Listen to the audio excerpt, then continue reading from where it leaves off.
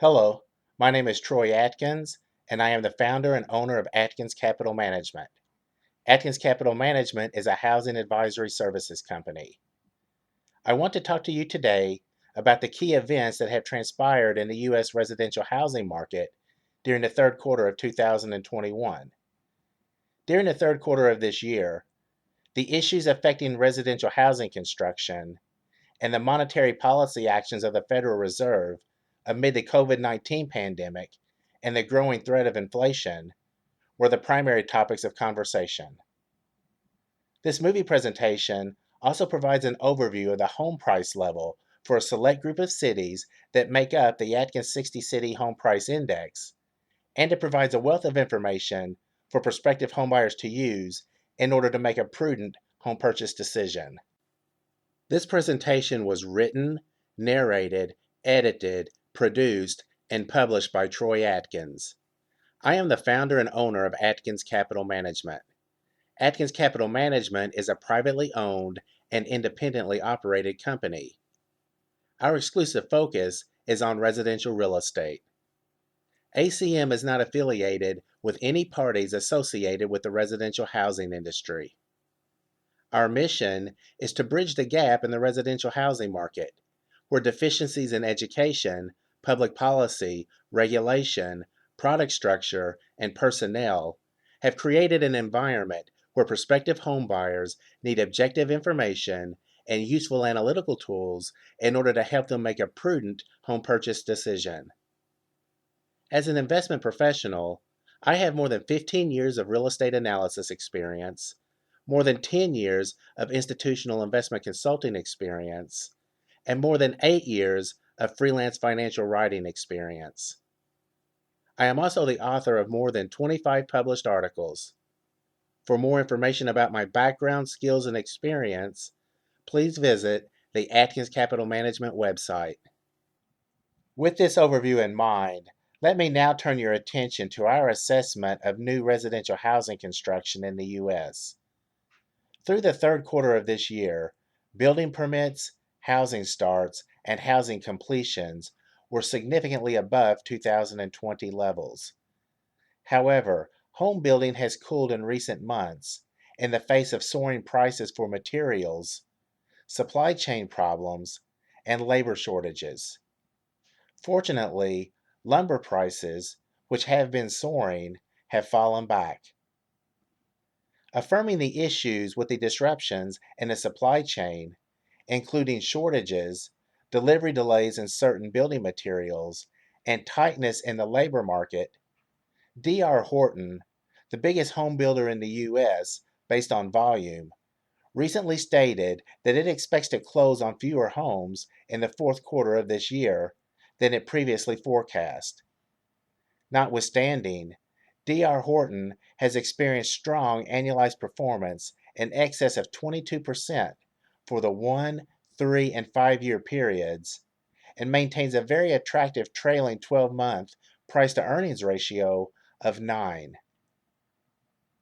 The following residential housing construction data were provided by the U.S. Census Bureau and the U.S. Department of Housing and Urban Development. In terms of building permits, privately owned housing units authorized by building permits in August were at a seasonally adjusted annual rate of 1,728,000. This is 13.5% above the August 2020 rate of 1,522,000. Single-family authorizations in August were at a rate of 1,054,000. In terms of housing starts, privately owned housing starts in August were at a seasonally adjusted annual rate of 1,615,000. This is 17.4% above the August 2020 rate of 1,376,000. Single-family housing starts in August were at a rate of 1,076,000, as illustrated in the adjacent chart. In terms of housing completions, privately owned housing completions in August were at a seasonally adjusted annual rate of 1,330,000. This is 9.4% above the August 2020 rate of 1,216,000. Single-family housing completions in August were at a rate of 971,000. Moving away from the ACM analysis of residential housing construction and instead focusing on monetary policy, it is important to note that in view of the economic impact of the global COVID-19 pandemic on the U.S. economy, the Federal Reserve maintained the target range for the federal funds rate at 0% to 0.25%.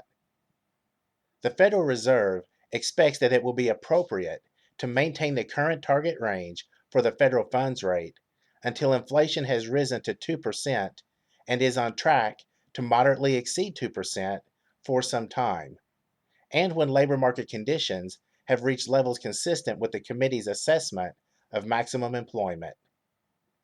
In addition, the Federal Reserve voted to increase the system open market account holdings of agency mortgage-backed securities by $40 billion per month. While it is logical to conclude that if the COVID-19 pandemic continues to curtail the U.S. economy, mortgage loan interest rates will continue to remain low or even inch toward more all-time lows in order to not impede housing market sales activity. However, the increased debt level that has been caused by the federal government's stimulus packages will likely drive Treasury yields higher, which in turn will drive mortgage loan interest rates upwards. Nevertheless, historically speaking, mortgage loan interest rates are still at very low levels. In accordance with the monetary policy actions of the Federal Reserve, the national average mortgage loan interest rate for a 30-year fully amortized fixed rate loan began the quarter at 3.17% and ended the quarter at 3.18%. In order to provide some context for these rates, it is important to note that the national average mortgage loan interest rate for a 30-year fully amortized fixed rate loan reached an all-time low of 2.67% on December 17, 2020, and the all-time high of 18.63% in October of 1981.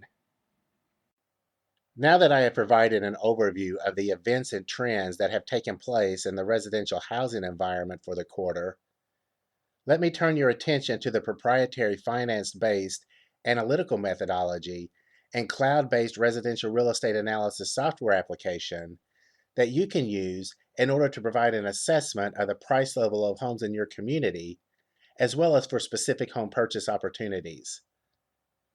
The Adkins Residential Home Valuation Analyzer is an internet-based software application that analyzes the relationship between the median home price level for a city and the median household income level for the city.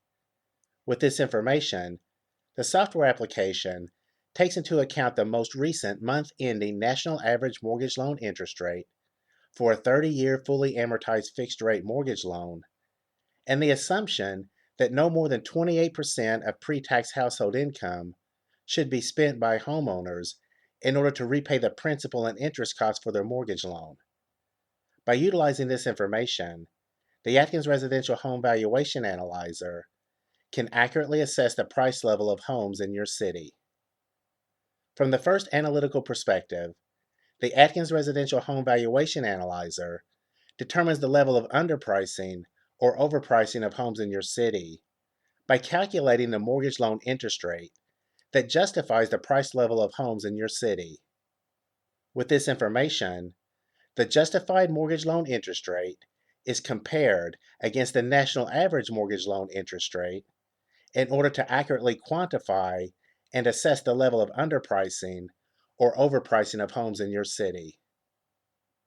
From the second analytical perspective, the Adkins Residential Home Valuation Analyzer calculates the percentage of household income that would have to be spent by the people that live in your city in order to justify the price level of homes in your city.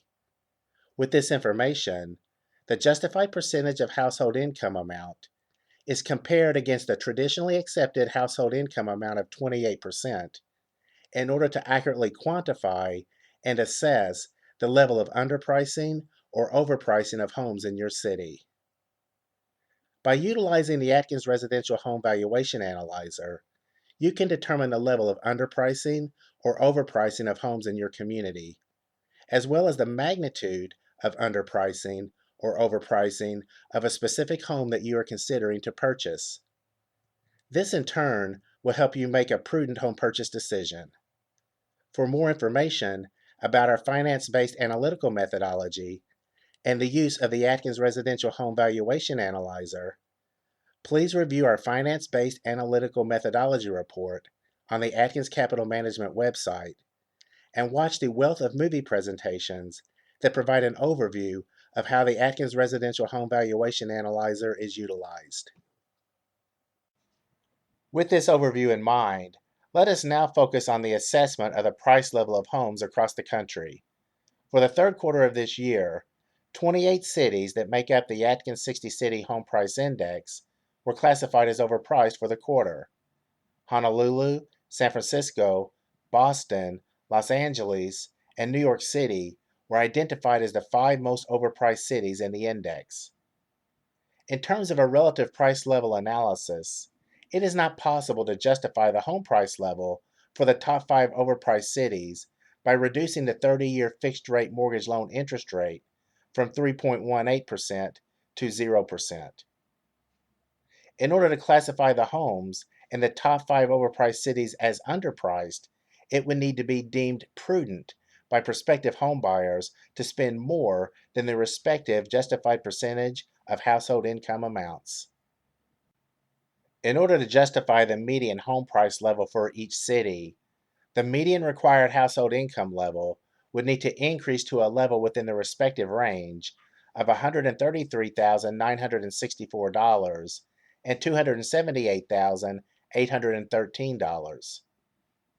Based on the median household income level, the quarter-ending national average mortgage loan interest rate, and the assumption that no more than 28% of pre-tax household income should be spent in order to repay the principal and interest costs of a mortgage loan, the justified home price level for the top 5 overpriced cities fell within the respective range of $326,681 and $606,707. Prospective home buyers should use the Adkins Residential Home Valuation Analyzer in order to assess the level of overpricing of homes in their community. On the other side of the spectrum, based upon the justified percentage of household income amount, 32 cities that make up the Adkins 60 City Home Price Index were classified as underpriced for the quarter. Detroit, Jackson, St. Louis, Memphis, and Wichita were identified as the top 5 most underpriced cities in the index. It's important to note that Memphis was classified as the 4th most underpriced city in the index due to its higher justified mortgage loan interest rate amount. In order to classify homes in the top 5 underpriced cities as overpriced, the national average mortgage loan interest rate would have to increase from 3.18% to more than the respective justified mortgage loan interest rate amount for each city, which fell within the range of 8.8% and 19.7%. Or it would have to be deemed imprudent by prospective homebuyers to spend as much as the respective justified percentage of household income amount for each city in order to repay the cost of a mortgage loan. Given the recent events that have transpired in the residential housing market, and taking into account the fact that buying a home will likely be the largest single financial transaction that prospective homebuyers will ever make, and the bulk of their net worth will likely be tied up in their home, prospective homebuyers should use the Adkins Residential Home Valuation Analyzer in order to analyze residential real estate from 5 financial perspectives. First, prospective homebuyers should use the Adkins Residential Home Valuation Analyzer in order to assess the level of underpricing or overpricing of homes in their community. Second, prospective homebuyers should use the Adkins Residential Home Valuation Analyzer in order to assess the largest amount of money they should spend in order to purchase a home. Third, Prospective homebuyers should use the Adkins Residential Home Valuation Analyzer in order to assess the amount of money they would need to earn on an annual basis in order to be able to afford to purchase a specific home. Fourth, prospective homebuyers should use the Adkins Residential Home Valuation Analyzer in order to assess total home ownership costs expressed as a percentage of household income.